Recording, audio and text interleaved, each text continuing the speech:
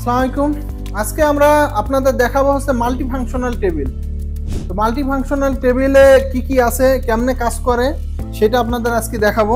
প্রথমে আমরা টেবিলটা ফোল্ড অবস্থায় আছে, এটা আমরা টেবিল ফোল্ডটা ভাঁজটা খুলে দিই।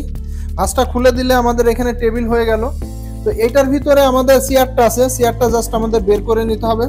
তো চেয়ারটা আমরা বের করে নিয়ে জাস্ট রাখলে এটা টেবিল এবং চেয়ার দুইটাই আপনি পাইলেন এবং এটার উপর আপনি ল্যাপটপ নিয়ে কাজ করতে পারবেন।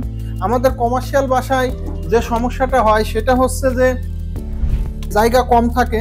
তো মাল্টি ফাংশনাল টেবিল যদি থাকে তাহলে আমরা স্মুথলি কাজ করতে পারি। এটার মধ্যে আমাদের দুইটা ড্রয়ার আছে, দুইটা ড্রয়ার, এটার ভিতরে আপনি কিছু রাখতে পারবেন ড্রয়ারের ভিতরে। তারপরে একটা ক্যাবিনেট মতো আছে, তো ক্যাবিনেটের পাল্লাটা খুললে এর ভিতরে আপনি কিছু রাখতে পারলেন। এই হচ্ছে আজকে আপনাদের মাল্টি ফাংশনাল টেবিলটা ইন্ট্রোডিউস করালাম।